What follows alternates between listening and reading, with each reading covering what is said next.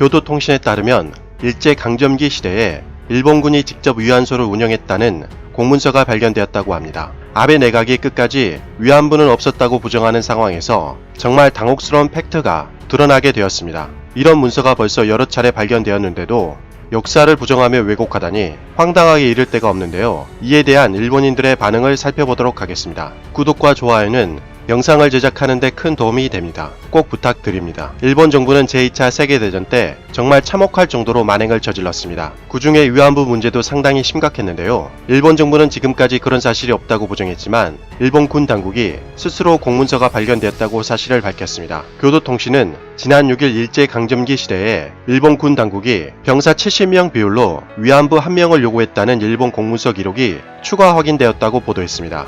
기사에 따르면 일본 영사관이 일본 본토 외무성과 연락하기 위해서 1938년 작성한 기밀문서에 나오는 내용으로 일본 정부가 직접 위안부 모집과 관리에 관여했음을 확인하는 결정적인 증거에 해당한다고 합니다. 이번 기록은 2017년부터 2018년에 수집한 자료로 23건의 문서 중에 무려 13건에서 위안부 문서가 나왔다고 합니다. 기록을 확인해보면 중국 칭다오에 주재하던 일본 총영사 보고서에 해군 측은 150명 정도의 증가를 희망하며 육군 측은 병사 70명에 대한 1명 정도의 위안부를 요구했다라는 기록이 남아있었고, 산둥성 총영사는 일본군이 전진할 경우 4월 말까지 최소 5천에 달하는 위안부가 필요하다라는 기록이 나왔다고 합니다.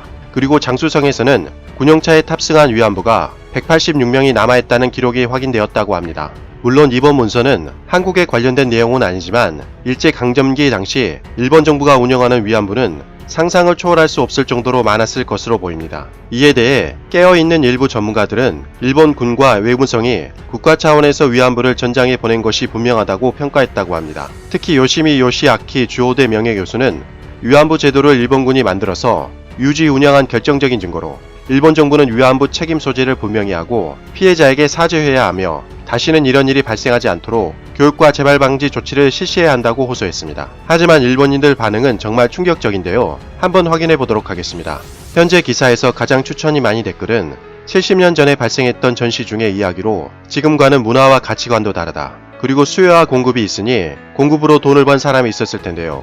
그런 일을 여러 번 반복해서 돈과 사과를 요구하다니 머리 구조가 이상하지 않은가라고 합니다. 라는 댓글이 있었습니다. 피해자를 나무라는 듯한 정말 충격을 금할 수 없는 댓글인데요.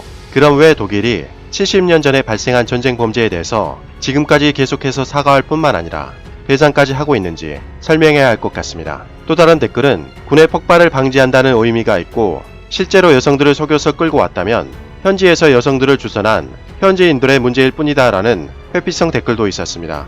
유괴나 강제는 없었다는 댓글도 있었고, 이런 기사를 왜 보도해서 아시아에서 반일 운동이 일어나게 하고 있는지 책망하는 듯한 댓글도 있었습니다. 이러한 댓글들을 보자 일본 국민들이 어떠한 생각을 하고 있는지 확연히 드러나는데요.